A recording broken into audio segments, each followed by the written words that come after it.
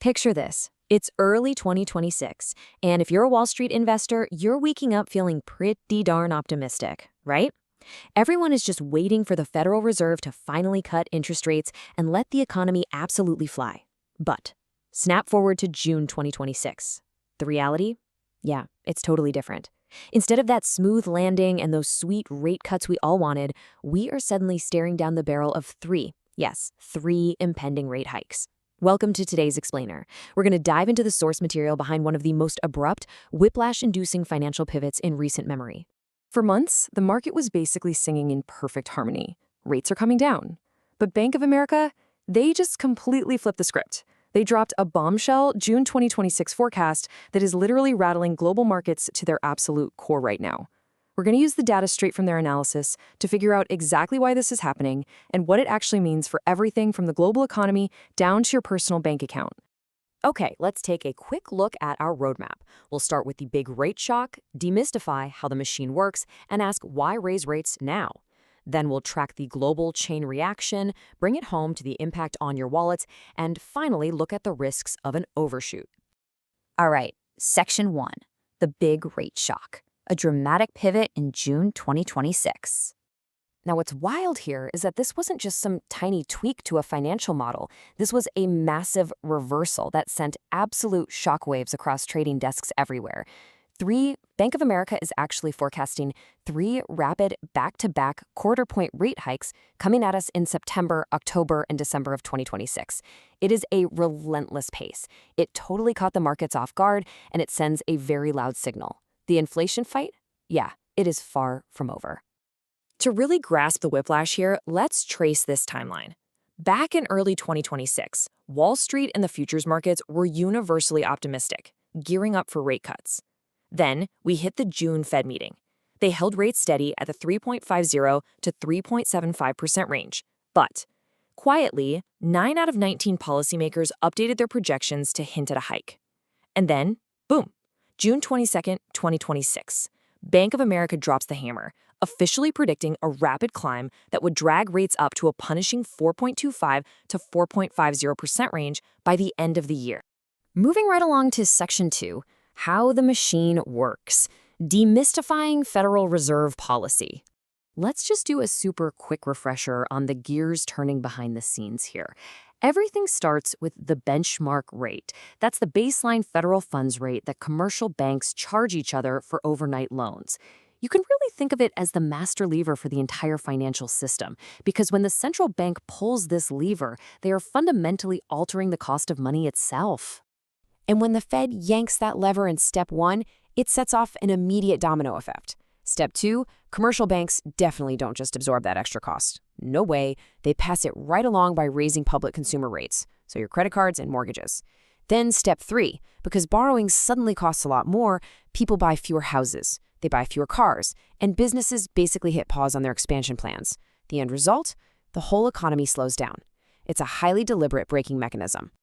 So that brings us to Section 3, why raise rates now? The forces driving borrowing costs up. Looking at the source data, we are seeing a total perfect storm of 4 main factors. First up, sticky core inflation.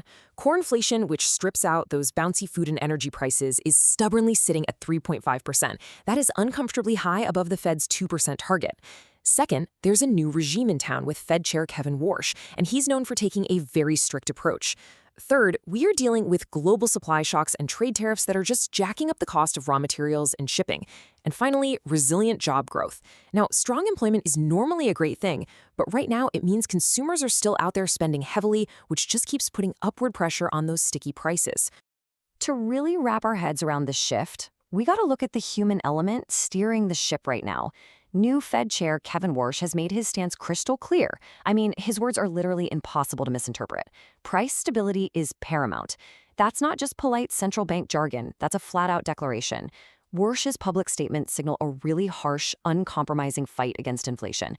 Basically, he is more than willing to slam on the brakes and inflict some real economic pain if it means finally wrangling prices back under control. Let's see how the market reacted in Section 4, the global chain reaction. Panic spreads through the markets. Now, when a forecast this drastic drops, it absolutely does not stay neatly tucked away in some spreadsheet. It triggers an immediate, visceral chain reaction. Step 1. Bank of America announces this severe inflation risk and their whole 3-hike prediction. Step 2. Investors realize, uh-oh, we totally miscalculated future borrowing costs, and that sparks a massive repricing of risk. People start rapidly selling off stocks, crypto, precious metals, the whole shebang.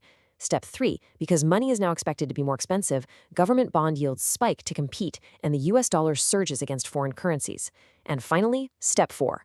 This all culminates in global stock markets, from Asia to Europe to the Americas, just sharply declining as those higher borrowing costs start weighing down future corporate profits. Which brings us right to your doorstep in Section 5, Impact on Your Wallet. Main Street Winners and Losers. So let's bring this massive global story down to your personal finances. Look, rate hikes create very clear winners and losers on Main Street.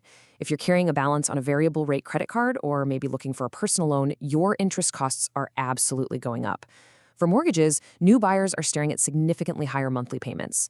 And over on the corporate side, more expensive loans lead straight to hiring freezes and slower expansions. But hey, it's not all bad news. The clear winners here? Savers. If you've got cash sitting in a savings account or CDs, commercial banks are likely going to bump up the interest they pay you. That means better yields and higher returns on your cash. Finally, let's look at the big picture in Section 6, Risks of an Overshoot. The dangers of 3 rapid hikes. You see, Bank of America's bold forecast carries some massive systemic risks. These are the unintended consequences keeping analysts up at night. First, economic overshooting.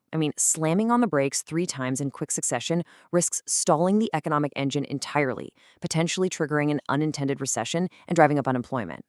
Second, this entire forecast, it is completely at the mercy of incoming July and August data. If inflation suddenly cools off, Bank of America is going to have to tear up this forecast and start over. Third, there is immense strain on developing nations.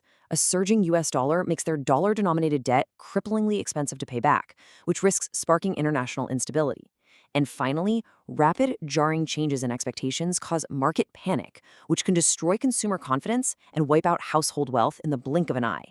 Which brings us to our final lingering question of the day. Will the cure for inflation end up causing a recession?